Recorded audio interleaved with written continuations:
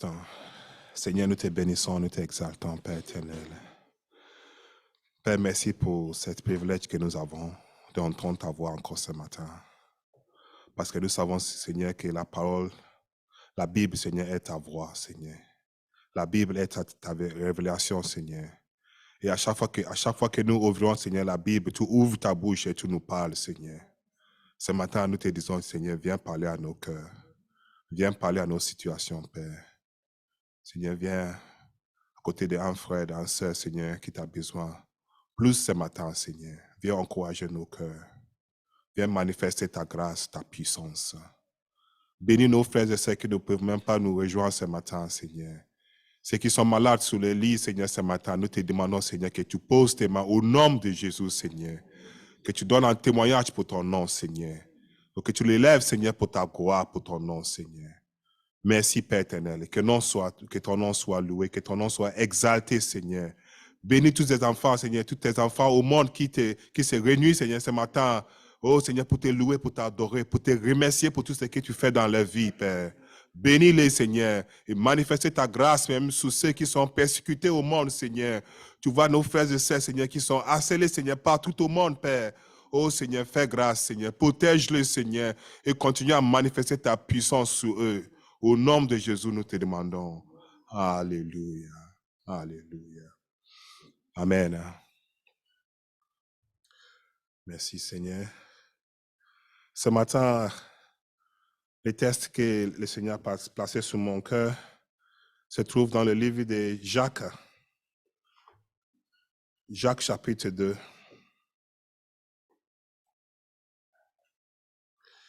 Jacques, c'est vers la fin du Nouveau Testament. Mais même avant d'entrer dans ces paroles, je vous passe les salutations de les pasteurs. Il dit merci de saluer l'Église de notre part et de toute la jeunesse.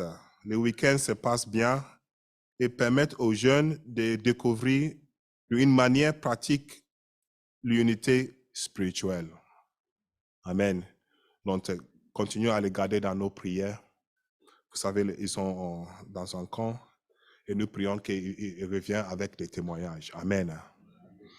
Merci Seigneur. On va lire dans le livre de Jacques. Donc, Jacques chapitre 2, donc chapitre 1, on va commencer à partir du verset 2.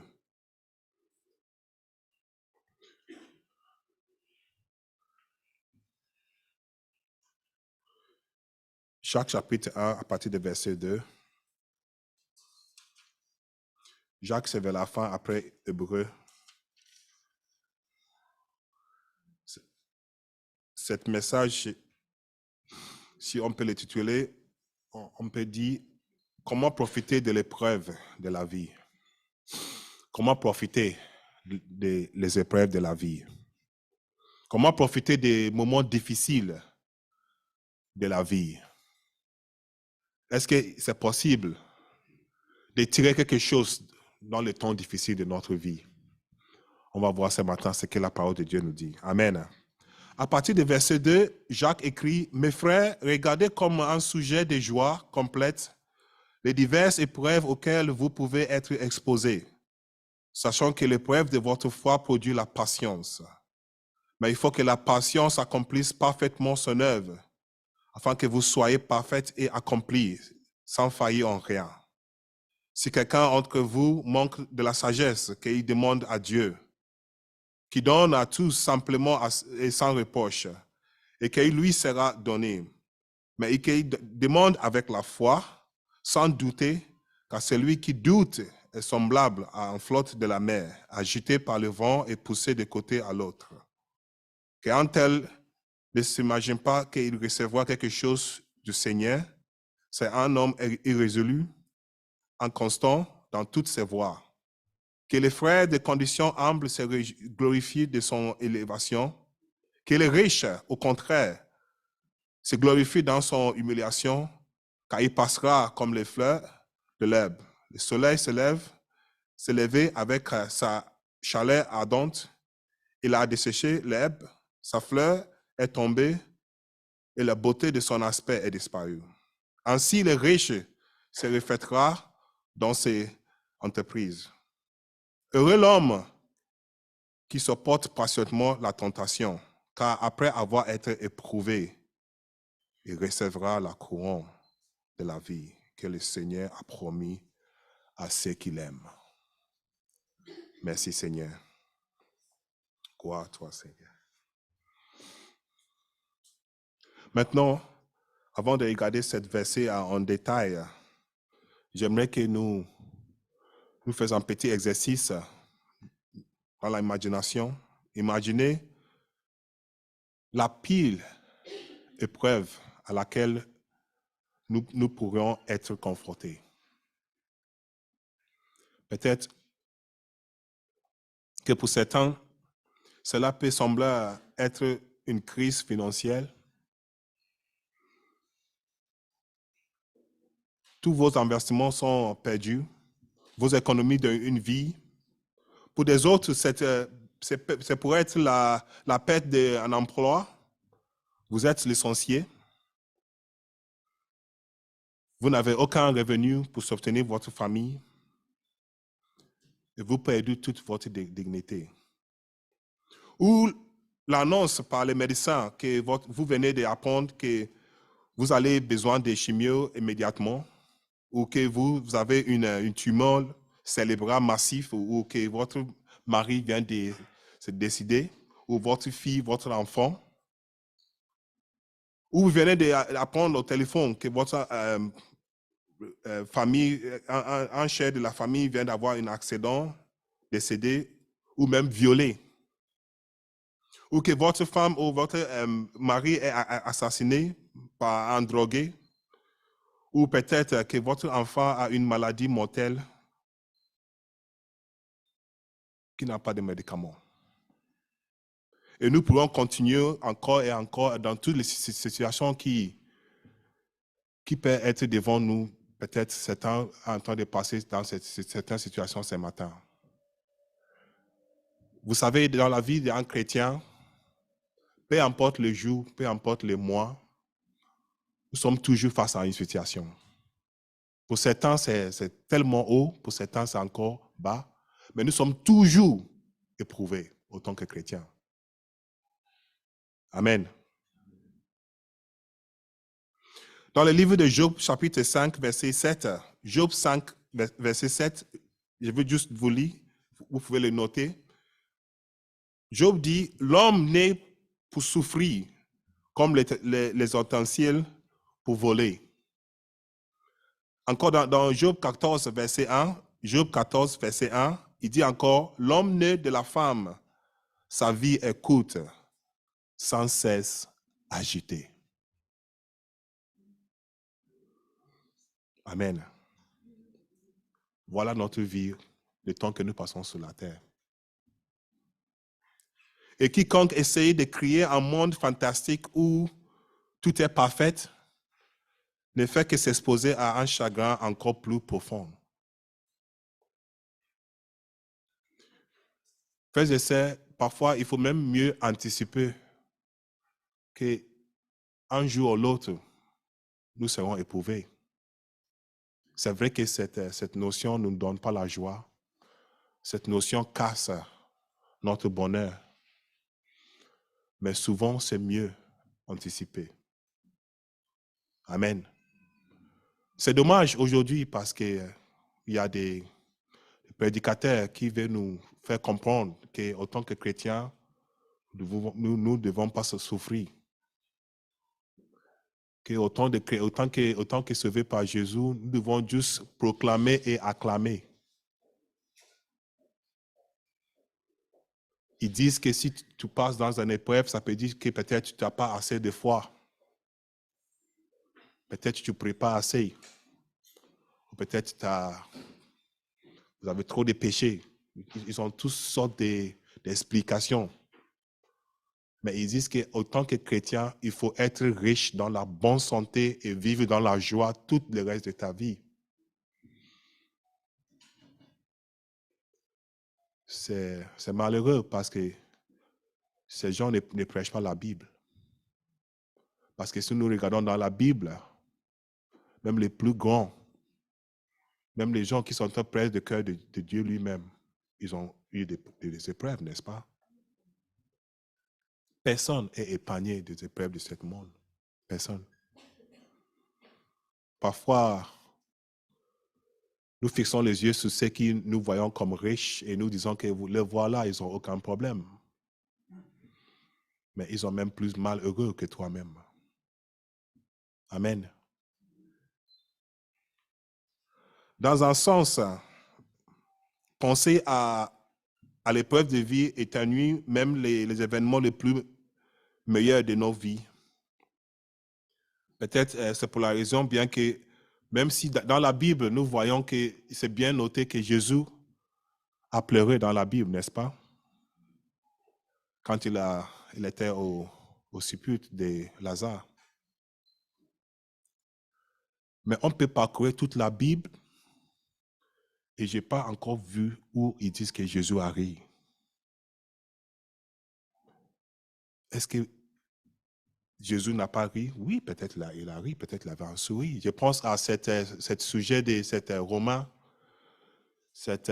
comme ce soldat romain qui est venu et Jésus a dit, j'ai pas, même dans tout Israël, je n'ai pas vu une fois assez profonde. Je pense que cela peut réjouir le cœur de Jésus, n'est-ce pas? Donc, même si Jésus a pleuré, on ne voit pas où il a eu, mais peut-être il a fait, mais son bonheur et toute occasion aurait certainement été compensé par son immense sentiment de tristesse face au péché.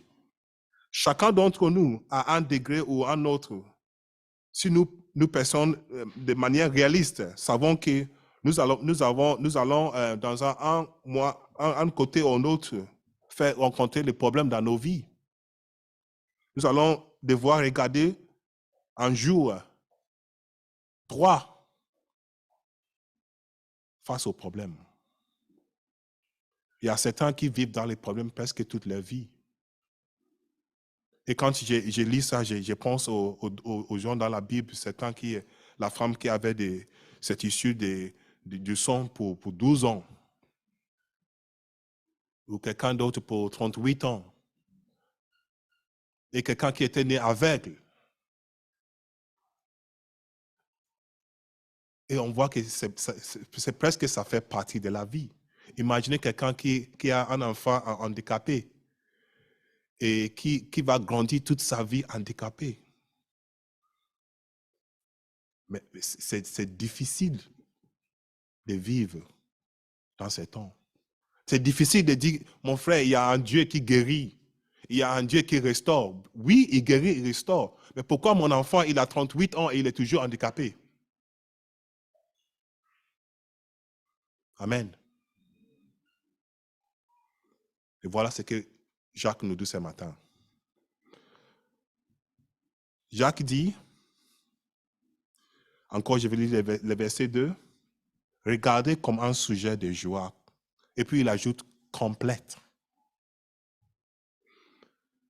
Les épreuves, les diverses épreuves auxquelles vous pouvez être exposés. Un sujet de joie, Jacques. Complète. En plus, il ne dit pas pour certaines épreuves, mais il dit comment? Mais pour tout, il est divers. Parfois, on se réjouit quand, si un jour, on te met en prison pour être chrétien, peut-être on peut se réjouir. Pierre, il était même content que les gens voulaient le tuer. Il a dit, tuez-moi, mais pas comme mon maître était tué.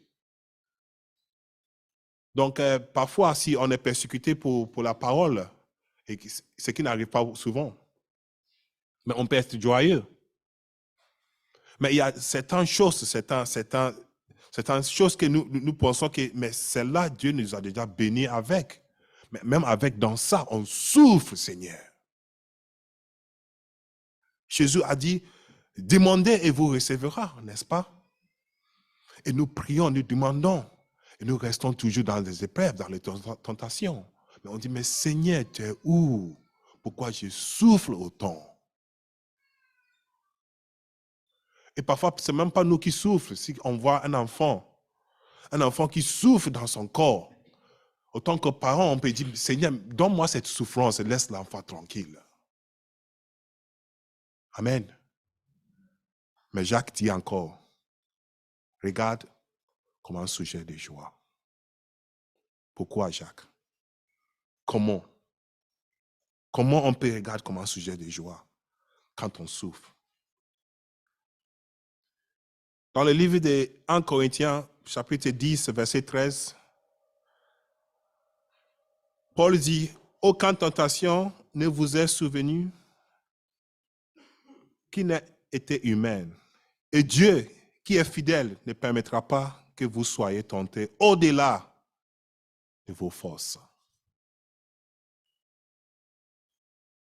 Amen.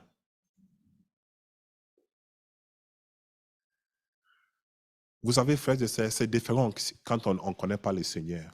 C'est différent quand on n'a pas donné notre vie à Dieu. C'est différent quand on joue avec Jésus. Quand on a un pied ici et l'autre pied dans le monde. C'est différent. On n'est pas dans ce cas.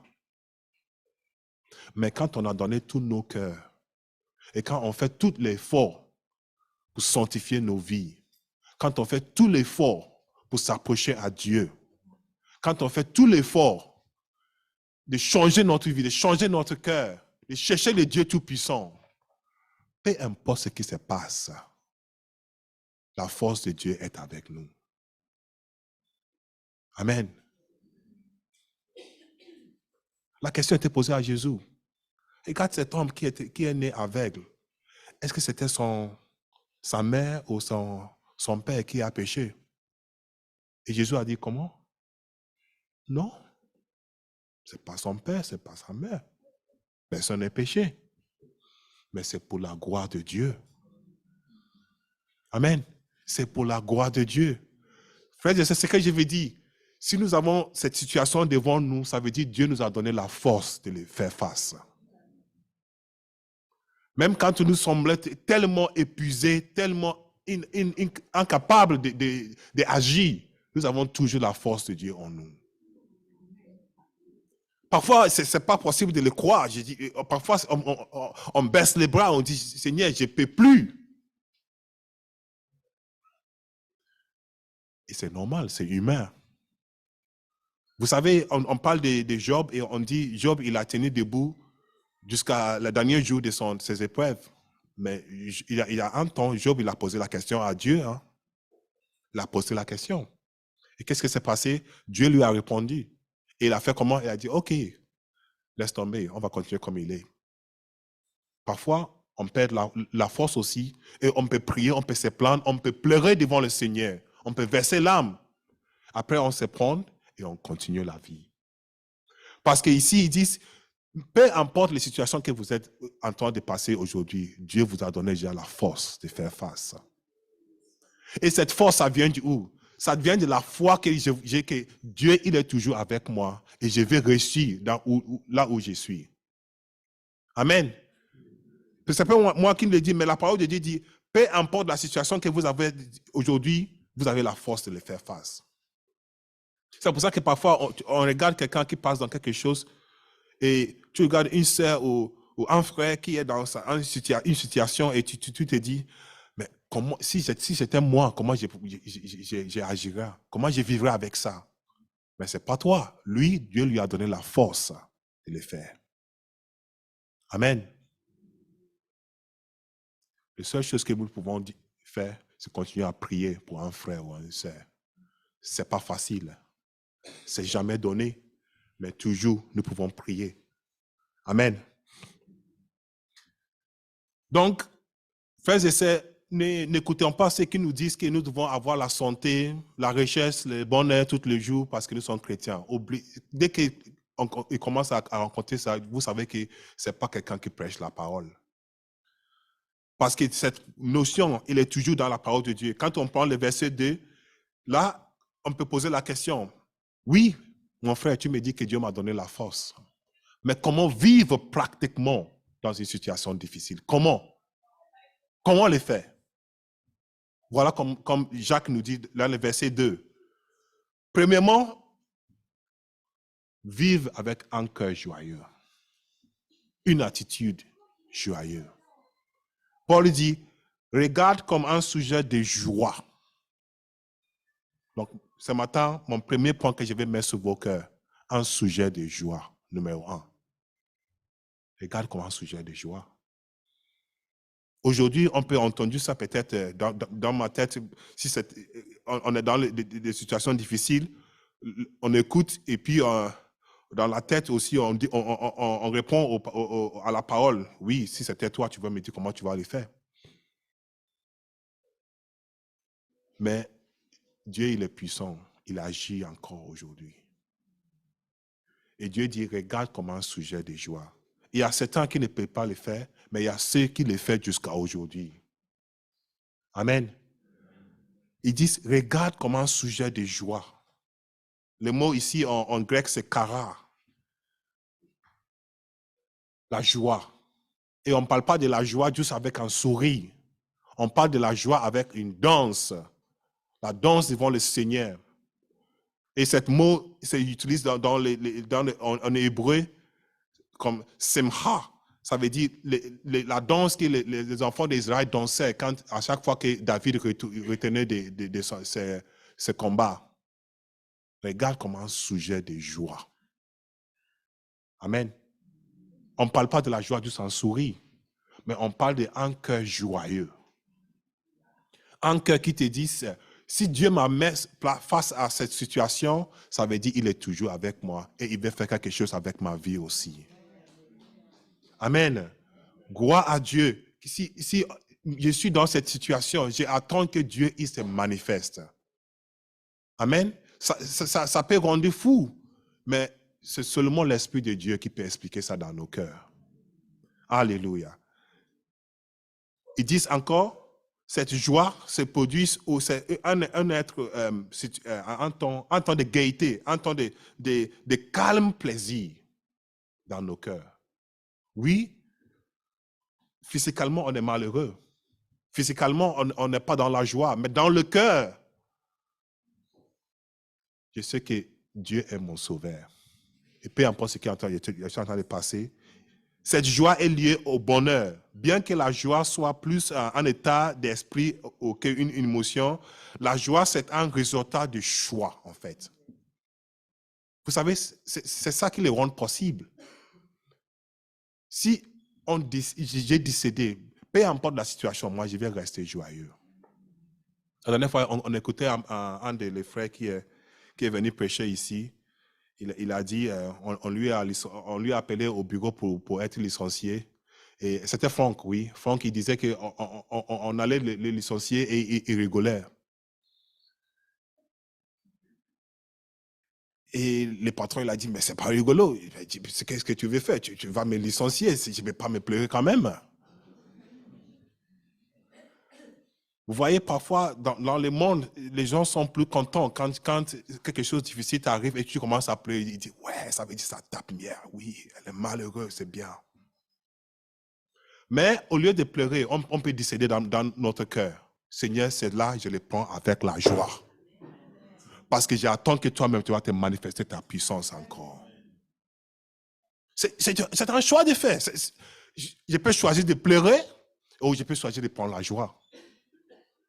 Et parfois, on est dans la joie, on pleure quand même, parce que je sais que ça sera difficile, mais Seigneur, je vais le passer encore.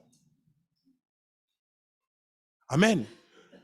Un enfant qui est handicapé devant toi, on a prié, tu rentres dans ta chambre et tu regardes et tu es joyeux, mais tu sais que Seigneur, c'est Dieu.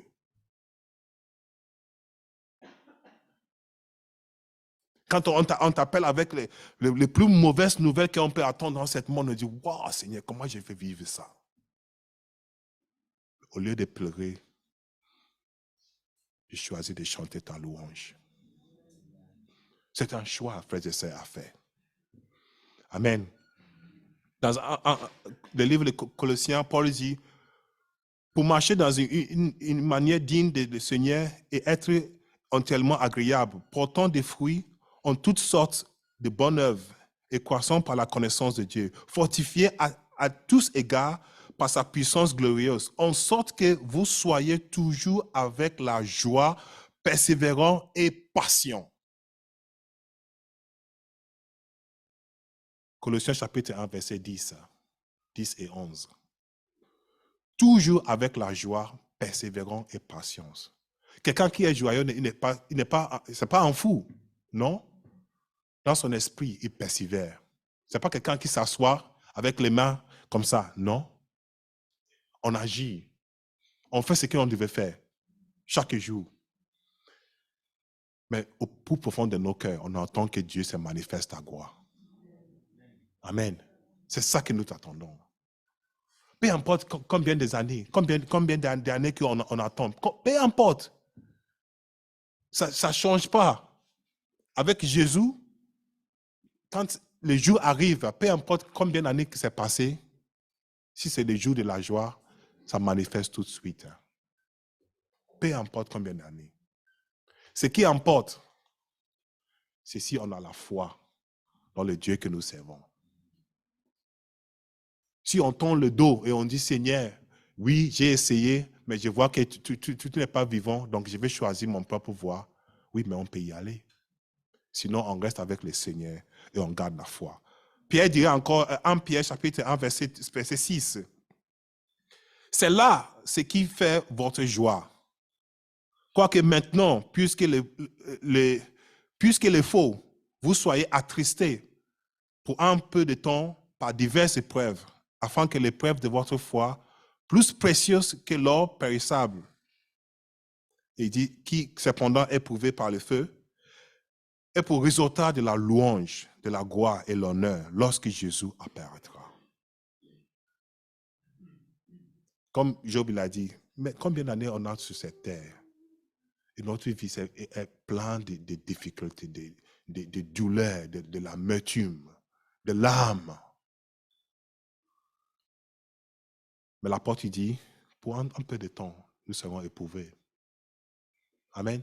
Pour un peu de temps, nous avons l'âme. Mais ce qui nous attend, c'est plus glorieux que tout ce que nous passons aujourd'hui. Amen. Je sais que si on donne le micro, on a tous un témoignage à donner sur ces sujets. On a tous les hauts et les bas. Et c'est ça qui nous encourage en tant qu'enfants de Dieu. On a tous des témoignages à donner dans la maladie, dans le travail, dans la famille. Il y a toutes sortes de hauts et de bas. Et c'est ça qui fait la puissance de Dieu. Parce que ça nous montre que notre vie est dans une puissance. Que Dieu qui nous guérisse. C'est Dieu qui garde nos familles. Parfois, on pense que c'est la fin, c'est fini, c'est terminé. Parfois, c'est facile pour nous de dire, Seigneur, c'est fini. Donc, je préfère d'être malheureux. Et c'est ça qui nous rend tristes. Mais si on a un petit espoir, si on peut avoir juste la foi en disant que Dieu il peut agir encore, ça nous donne la force de continuer notre chemin. Amen. Donc, le tout premier chose que nous devons passer dans nos cœurs ce matin, peu importe la situation, considère tout comme la joie. Le deuxième chose, Paul dit savoir. Deuxième point, savoir. Et ça peut aussi comprendre.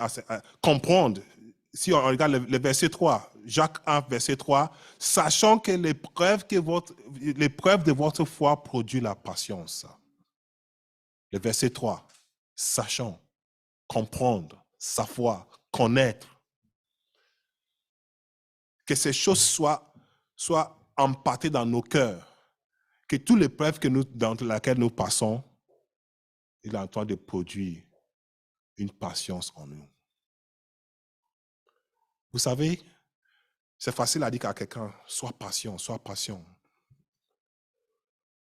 Naturellement, on n'est pas patient. Et on le voit plus quand on grandit dans nos enfants. La patience, c'est difficile à trouver. Mon fils, aujourd'hui, il parle à Noël. Il attend Noël. J'ai dit, mais petit, Noël, on a combien de mois encore avant Noël? Mais il dit, non, mais moi, j'attends Noël.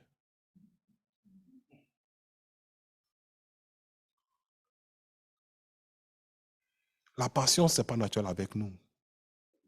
Mais vous savez que Dieu il a cette manière de nous passer dans une petite école dans laquelle nous sortons avec la patience dans le cœur. Dans le cœur, nous sommes patients. Parce que Dieu nous fait passer dans cette situation et nous voyons que, waouh, être agité, être rapide, chercher, ça ne ramènera à rien. Jacques dit, l'épreuve de votre foi produit la patience. Deux choses ici. La patience nous montre que Dieu, c'est Dieu qui a le pouvoir. Amen. La patience nous montre que c'est Dieu qui a le pouvoir. Celui qui n'est pas patient, quand on n'est pas patient, on pense que si je reste ferme, je peux le faire aujourd'hui. Et on va tout faire jusqu'à on est épuisé, on couche par terre, on dit en fait, ce n'est pas par ma foi, par ma force. Finalement, c'est Dieu qui va le faire. Amen. C'est comme un enfant qui s'assoit au sol et dit que je veux cette jouet aujourd'hui. Il va crier avec toute sa force jusqu'à il ne peut plus crier. Il va prendre son schéma, il va venir. Donc, maman, qu'est-ce qu'on va aller acheter quand, en fait? Même si tu dis l'année prochaine, elle va dire d'accord. Maintenant, il y a quoi d'autre à faire? On met à côté et on passe.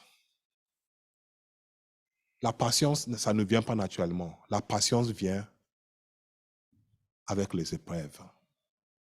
Et quand on a bien senti l'épreuve, et quand on est passé et on est arrivé dans la patience, on est très calme parce qu'on sait que c'est Dieu qui agit, ce n'est pas l'homme qui agit. Amen.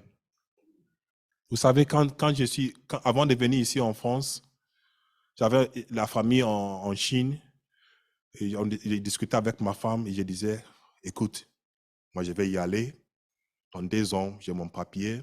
Je vous invite, vous venez, commencer un bon business et on va être riche. Dans 2 ans, j'ai tout. C'est réglé. Déjà 2 ans, je pense que c'est trop, mais on va être généreux. Frères et sœurs, je suis venu. Premier du monde, négative. Après 2 ans, j'avais rien de tout ici en France. Et l'argent que j'ai ramené, c'est tout fini.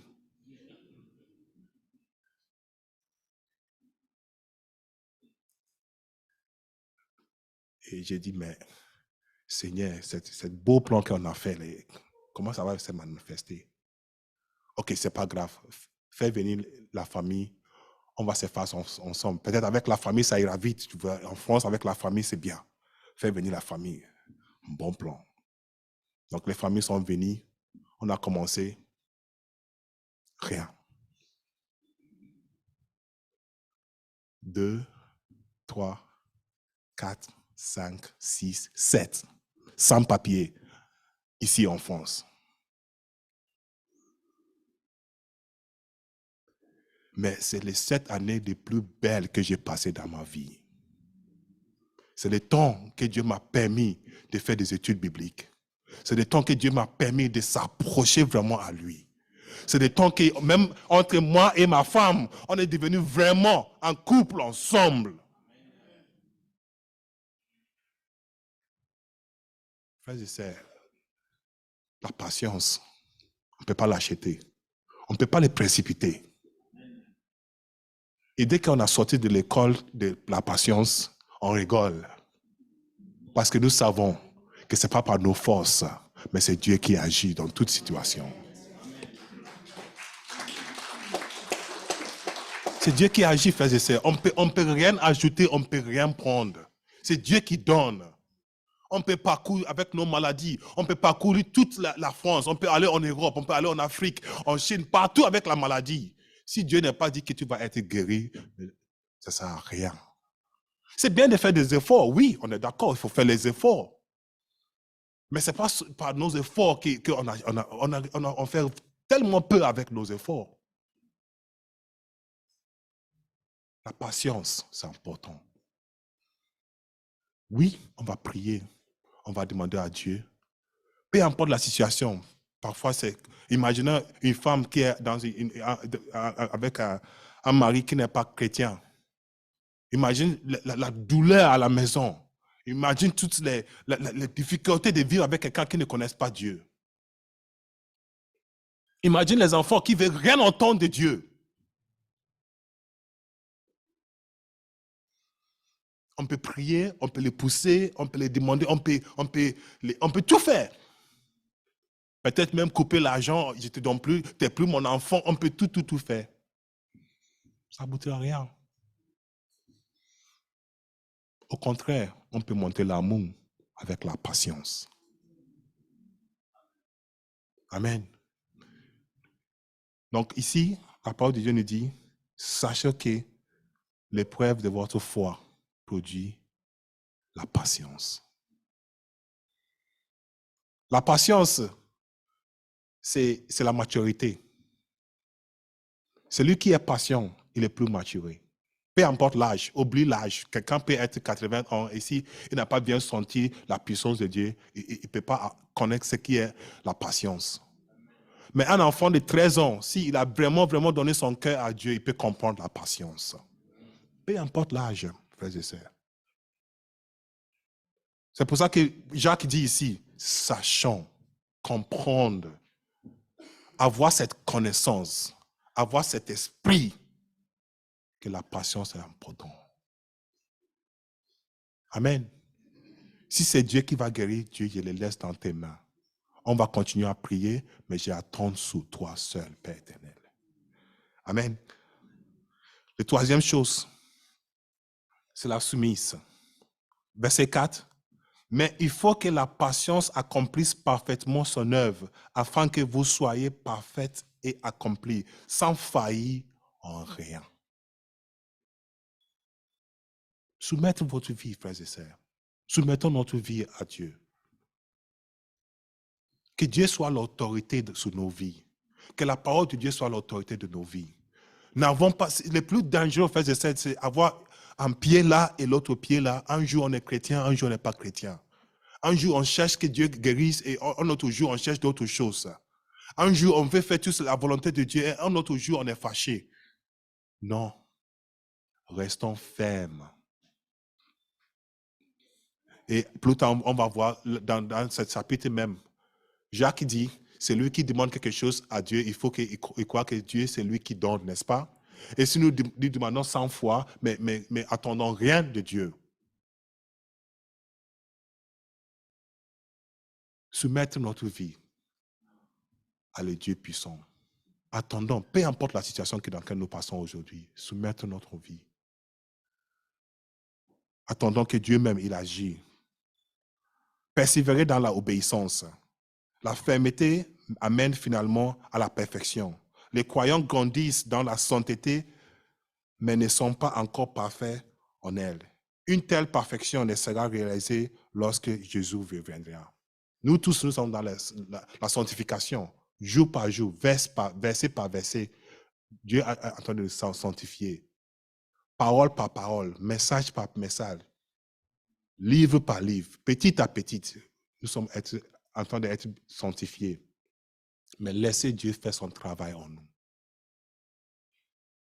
Abandonnons-nous vraiment à Dieu. Un chrétien, c'est quelqu'un qui est mort. Quelqu'un qui est mort ne peut rien faire pour lui-même. C'est que Dieu seul qui peut le motiver. Mais nous sommes moitié morts, moitié vivants. Un yeux un œil comme ça fermé, l'autre, il regarde encore l'autre côté. On n'est pas vraiment mort. On n'est pas tout abandonné. Même si on chante chaque dimanche, je m'abandonne, je m'abandonne. Je sors de la porte là, je réponds. Et je vais avec. Soumettrons-nous à la parole de Dieu. Amen. Parfois, Dieu attend juste cet changement, juste cet péché qui est dans nos vies, juste cette faiblesse que nous pouvons, cette addiction que nous avons dans nos vies. Dieu attend que nous plaçons les doigts dessous et changer notre cœur. Et Dieu va agir pour nous. Mais on dit, Seigneur, tout ça je te donne, mais cette partie côté-là, Seigneur, ne touche pas. Ça, c'est à moi. Et on garde ces choses Ces péchés, on les garde dans nos cœurs et on vit dans des épreuves des années, des années, des années. Et on dit Dieu n'est pas vivant. Dieu, il est vivant. Mais nous devons être complètement abandonnés à lui. Amen. Abandonne-nous à la parole de Dieu. Abandonne-nous à la puissance de Dieu. Laisse Dieu agir dans nos vies. Cherchons dans nos cœurs où est les faiblesses, quelles sont les choses de ma vie que je dois changer aussi. Et je ne parle pas de la vie de l'autre. Cherche dans ta vie à toi-même. Le plus en plus que nous voyons les épreuves arrivent, le plus en plus que nous cherchons nos cœurs, le plus en plus que nous sommes attachés à Dieu, le plus en plus que nous cherchons la sainteté. Amen. Oui, pour certains, ils passent dans l'épreuve jusqu'à la mort. Comme j'ai dit à la commencement, la vie de Lazare. Vous connaissez bien la vie de Lazare, cette pauvre à la porte de l'homme riche. N'est-ce pas? C'est le Jésus même qui nous a dit cette parole. Mais Lazare, il a passé toute sa vie, il n'était jamais guéri, il n'était jamais riche. Il n'avait jamais sa maison ou à quoi à manger. Mais est-ce que ça veut dire que Dieu l'a oublié? Non. Est-ce que ça veut dire que Dieu n'était pas puissance? Non. La puissance de Dieu reste le même. Mais c'est Dieu qui décide. Nous, ce qu'il nous demande, soumettre notre vie. Amen. 4e point, une foi inébranlable. Avoir la foi inébranlable. Jacques chapitre 1, verset 6. Mais qu'il demande avec la foi. Ils disent, si quelqu'un manque la sagesse, qu'on demande à Dieu, n'est-ce pas? Mais cette foi, cette sagesse, cette connaissance, il faut demander avec la foi. La foi inébranlable. La foi qui va jusqu'au bout. La foi qui dit, oui, je me suis abandonné, j'attends seulement sur mon Dieu. Même si les autres portes opportunités me ouvrent, même si les gens, il y a plein de tentations devant moi, moi je me dis, je me place, j'attends seulement sur mon Dieu. Amen. Une foi inébranlable. Parce qu'il dit ici, demandez sans doute, car celui qui doute est semblable à un flot de la mer. Parfois, on parle avec certains, ils disent, oui, moi j'étais chrétien, mais ça fait 10 ans que je ne pratique pas. Un jour, on part, après certaines années, on revient. On est comme des flottes, à gauche, à droite. Ça dépend le jour, on est chrétien, ça dépend le jour, on est musulman même. Ça dépend le lieu, on flotte en fait. On n'est pas stable. Et qu'est-ce que la parole de Dieu dit? Nous sommes agités par le vent et poussés de côté à l'autre. Qu'une telle personne ne s'imagine qu'elle recevra quelque chose du Seigneur. Avoir la foi inébranlable jusqu'à la mort. Jusqu'à la mort. Amen. Parce que nous voyons que dans Hébreu, l'évangéliste dit, ceux-ci, ils ont entendu la promesse, mais ils n'ont pas vu avec leurs yeux. Peut-être les frères que tu pries pour, peut-être ce n'est pas toi qui vas voir sa guérison, mais il sera guéri. Dieu va le faire. Est-ce qu'Abraham, il a vu les enfants d'Israël? Non. Est-ce qu'Abraham, il a eu un pays? Non. Mais Dieu l'a promis. Et Dieu l'a fait. Amen. Avoir la foi jusqu'au bout. Comme Daniel, quand on l'a dit, soit tu se mettre à nos ordres ou on te jette dans la fenêtre. Et c'est tellement étonnant et c'est puissant que ce que Daniel a dit. Pardon.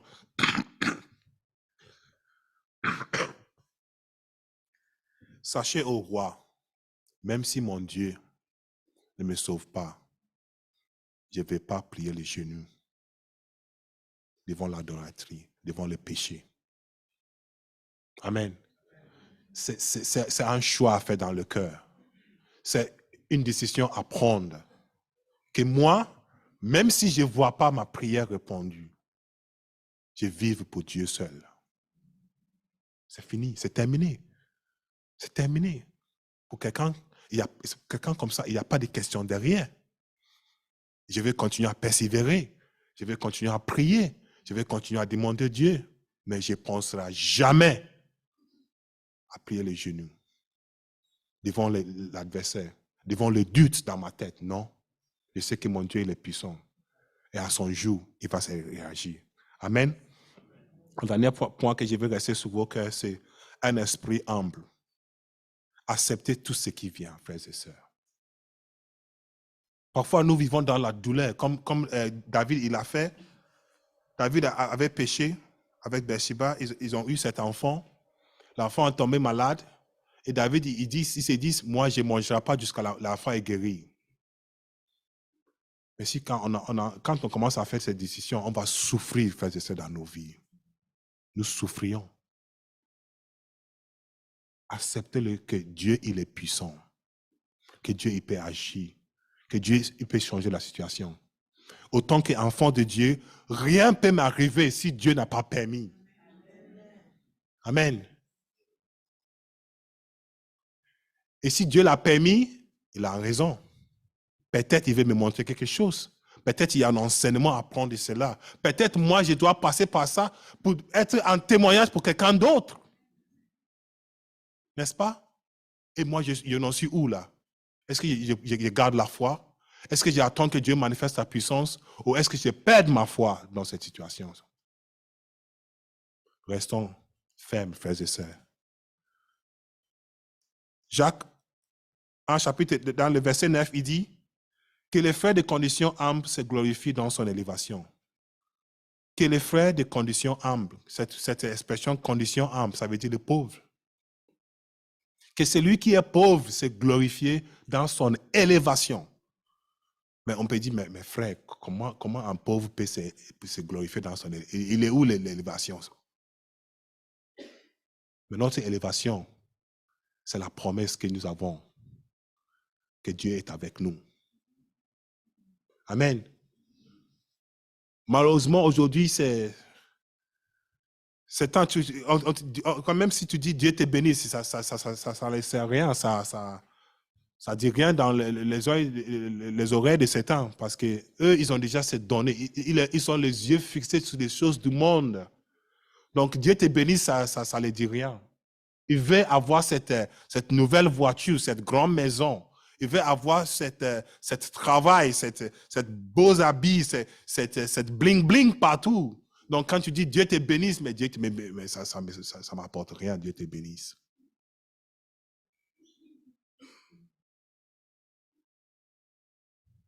Frère, la parole de Dieu nous dit ce qui nous attend est plus grand que ce qui se passe sur la terre.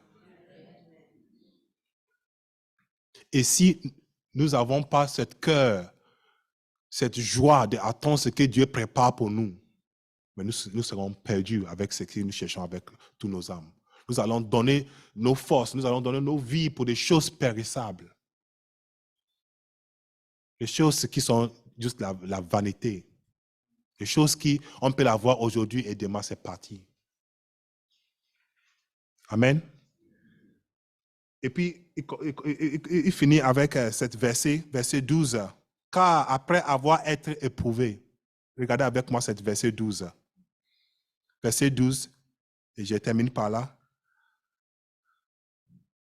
Car avoir été éprouvé, il recevra la couronne de vie que le Seigneur a promis à ceux qui l'aiment.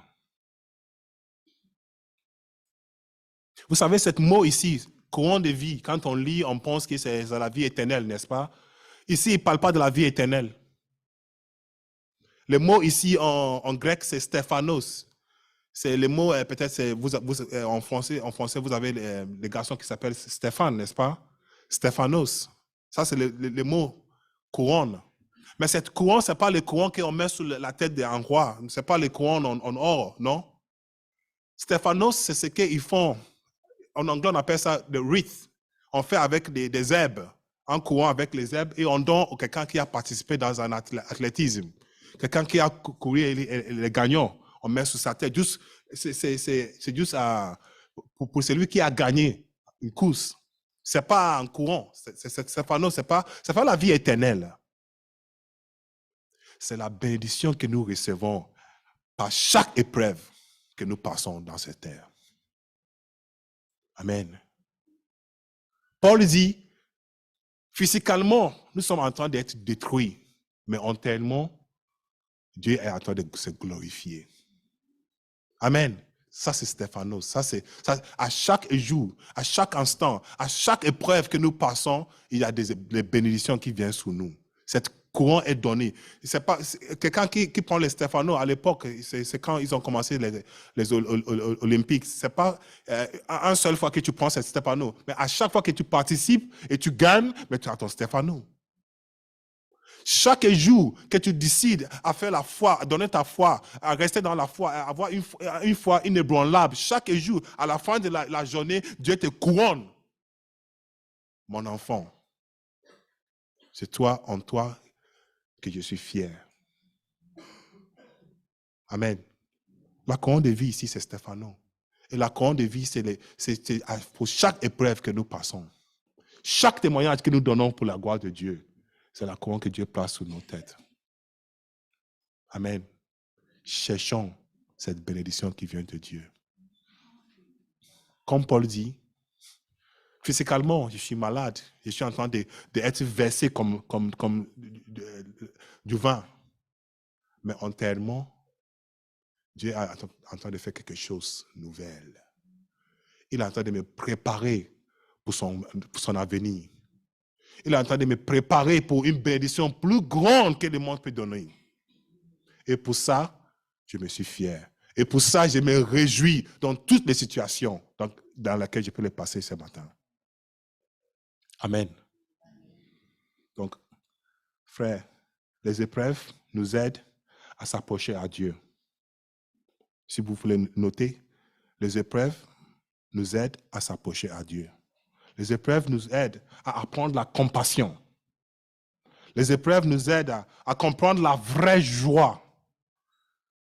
Et ça nous aide aussi à montrer l'amour aux autres. N'est-ce pas? Quand nous passons dans une situation, je me souviens, une sœur qui est venue ici, elle venait d'arriver en France, on a fait un culte, et à la fin de l'écoute, elle est venue parler avec moi, elle a dit, mon frère, je vois que l'Esprit de Dieu est en toi. Priez pour moi, j'ai besoin de mon papier. Je dis, ma sœur, j'ai attendu 7 mois. La prière aujourd'hui, ça ne changera rien. Puis, allez attendre ton 7 ans.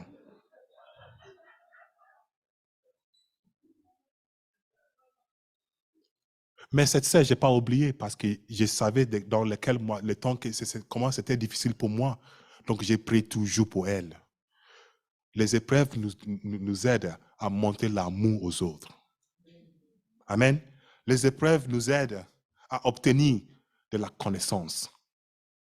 De la connaissance qui parfois n'est pas donnée à l'école. Mais quand tu passes dans certaines situations, tu sors, tu sais, tes yeux sont plus ouverts aux certaines choses. La connaissance. Les épreuves nous aident à grandir en maîtrisant de soi. Ça nous aide à mettre de côté l'orgueil et l'égoïsme.